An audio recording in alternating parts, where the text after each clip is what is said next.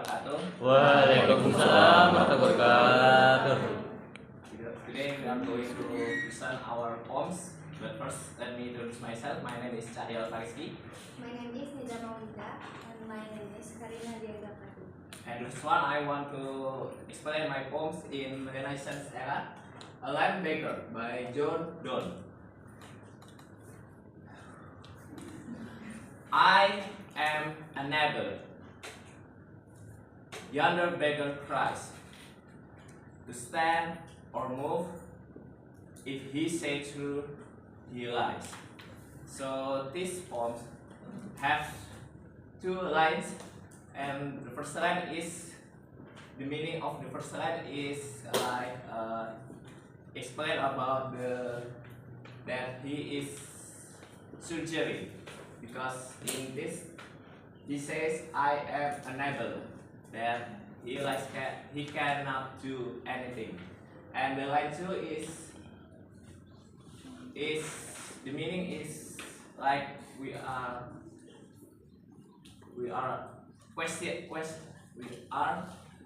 have a question, like if he say true, he lies. That means it's like it doesn't true what he says.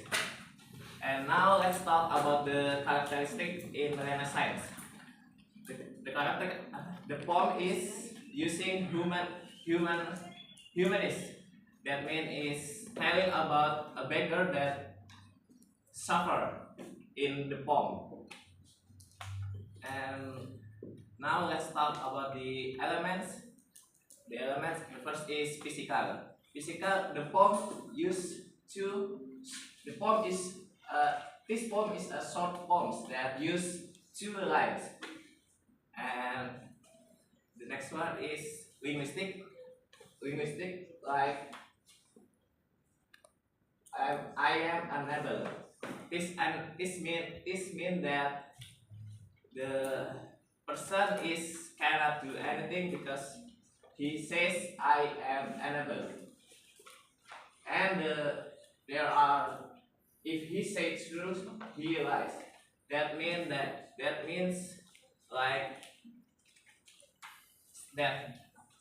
like what he says, it doesn't correct, like that. And the last one is sound. This poem is used to rhyme. This poem is using rhyme A, B, that and with cries and lies to make a connection.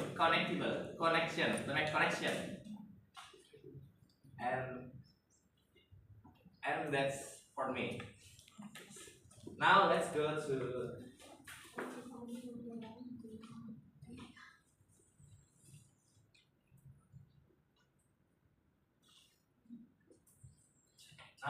the next poem that explained by Aline. Okay, so I will try to read the poem first. Eternity by William Blake.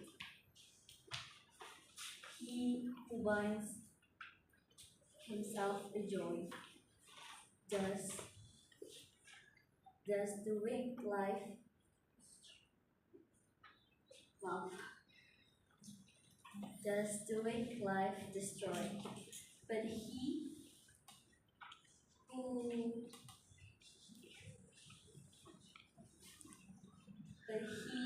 kisses the joy as it flies lives in eternity's sunrise. Jadi untuk penjelasan puisi ini, untuk dua baris kedua itu he who binds himself the joy and does the winged life destroy, itu seperti ada cycle-nya untuk sebuah kebahagiaan. Jadi kalau kita menggenggam terlalu erat sebuah kebahagiaan atau lebih ke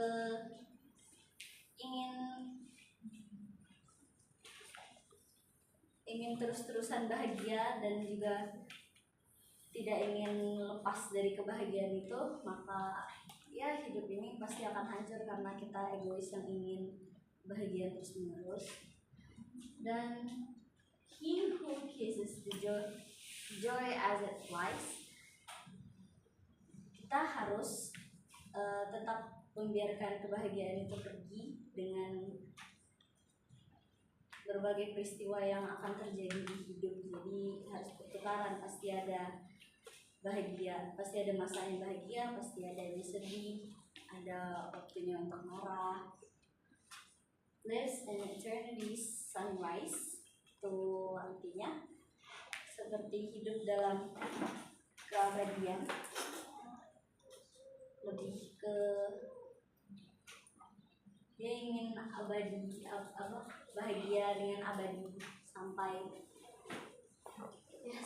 tidak terbatas waktu.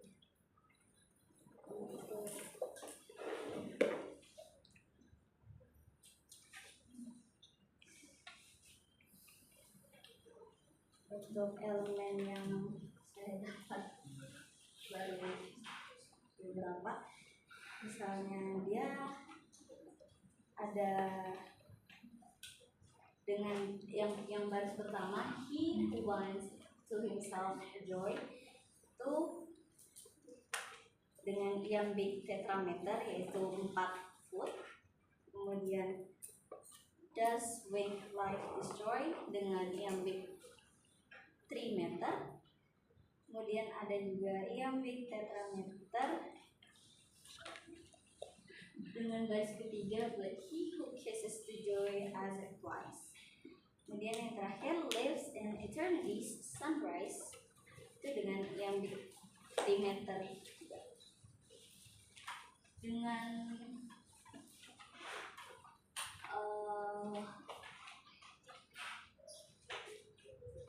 joy dan destroy itu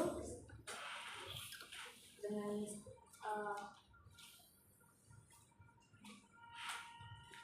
yang bunyinya dengan sama, jadi footnya sama. Kemudian joy as it flies and eternity sunrise itu juga bunyinya sama, jadi nadanya itu A A B B. Mungkin bisa dilanjutkan dengan isi yang selanjutnya.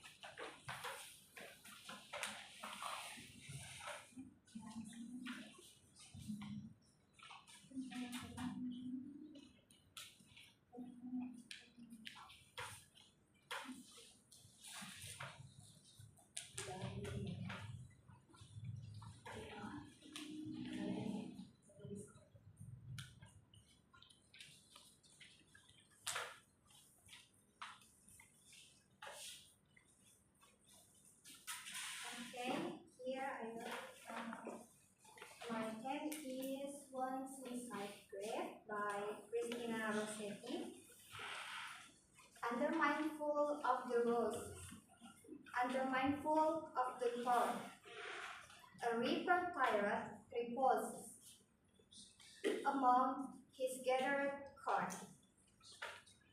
So might I till the morn, cold as the cold December's, pause as the days that said, while only one remembers, and all the rest forgets. But are remembers yet. And then about first stanza, unmindful of the rose and unmindful of the thorn.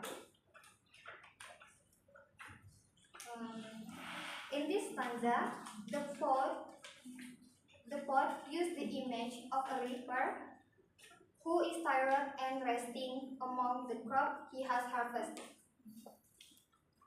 He no longer cares about beauty and pain, and for the symbolism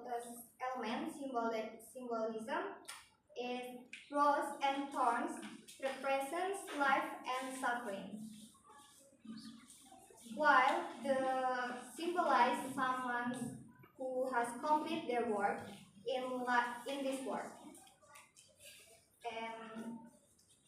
figurative language, there is an antithesis between rose, beautiful, and thorn, painful, showing indifference towards both beauty and suffering. And for second stanza, it's called as the cold Decembers. The first line follow an iambic tetrameter pattern, and the same pattern occurs in the second and following lines. And for the rhyme, it's abe and December, set, remembers, and forget.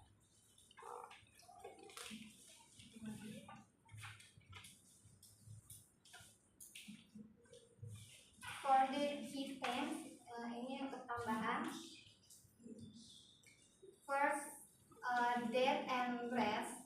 The first stanzas present with death as a physical rest, like the reaper who finished his harvest and lies down for resting. Number two, time and forgetfulness. It addresses the cold passage of the time where most memories fade away. And the last one is isolation and memory. The image of one remembering while others forgot to get an emotional and existential isolation. I think that's all. Okay, that's all from us about explaining these three poems. Thank you. Assalamualaikum warahmatullahi wabarakatuh. Waalaikumsalam warahmatullahi wabarakatuh. Pertanyaan dari yang lain. I am from Group C, as also that has the same poem as One Seaside Grave from Linda. What does the line from line "So might I till the morn" meaning to the first stanza?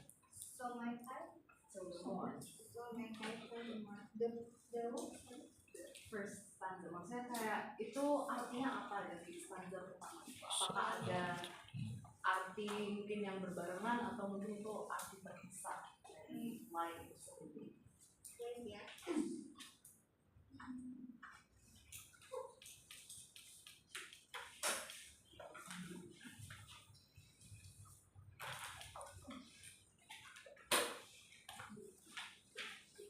While we are waiting for the answer, is there any question? Could we go back to the Aries poem? Oh, okay.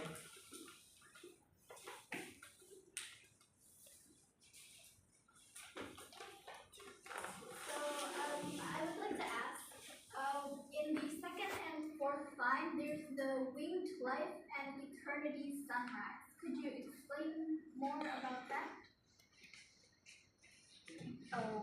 The meaning?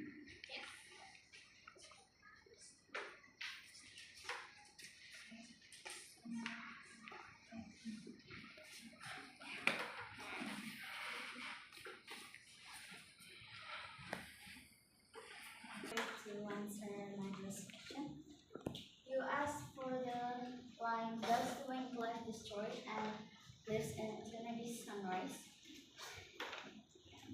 Perhatikan itu aja ya. Baris yang kedua itu lebih ke seperti kamu kalau bersama pasanganmu. Kalau sama pasanganmu itu kamu pasti merasa bahagia terus. Tapi kalau kamu pengennya bahagia terus sama pasanganmu, gak mau kayak merasa kesusahan, gak mau menabung sama-sama, kan kalian udah memutuskan berpasangan, tapi kalian gak mau berbagi nasib itu bakal menghancurkan kebahagiaan itu sendiri, kayak kesepakatan kalian sendiri buat sama-sama bahagia, sama-sama nanggungnya gitu. Terus untuk yang Lives in Eternity Sunrise, lebih ke kalau kamu ya kayak ada cycle-nya sendiri gitu nih. Seperti tadi yang saya jelaskan, pasti ada waktunya bahagia, pasti ada waktunya sedih, marah. Kamu harus coba buat ngelepasin emosi-emosi itu. Jadi melepas itu maksudnya lebih ke biarkan tetap berjalan cycle-nya. Jadi kamu bisa ngerasain emosi itu semakin ya kamu makin mengerti emosi-emosi itu apa maknanya, kayak seperti kamu hidup sampai di ujung fajar ya, pokoknya sampai nggak terbatas ke abadi gitu perasaan gitu. Thank you. Here I will answer Cynthia question. So might I kill the more, yang artinya Jadi itu supaya visinya demikian pula aku sampai pagi. Jadi dalam konteksnya ini menunjukkan sebuah harapan atau kemungkinan bahwa sang pembicara tersebut seperti penuai dapat beristirahat sampai pagi tanpa ada problem gitu loh untuk resting. Terus ini juga mencerminkan sebuah kerinduan dan juga kedamaian. Oke. Thank you. Okay. Is there any other question? Or maybe that's bukan. Okay. I think that's enough. Thank you for the participation. Assalamualaikum warahmatullahi wabarakatuh. Waalaikumsalam warahmatullahi wabarakatuh.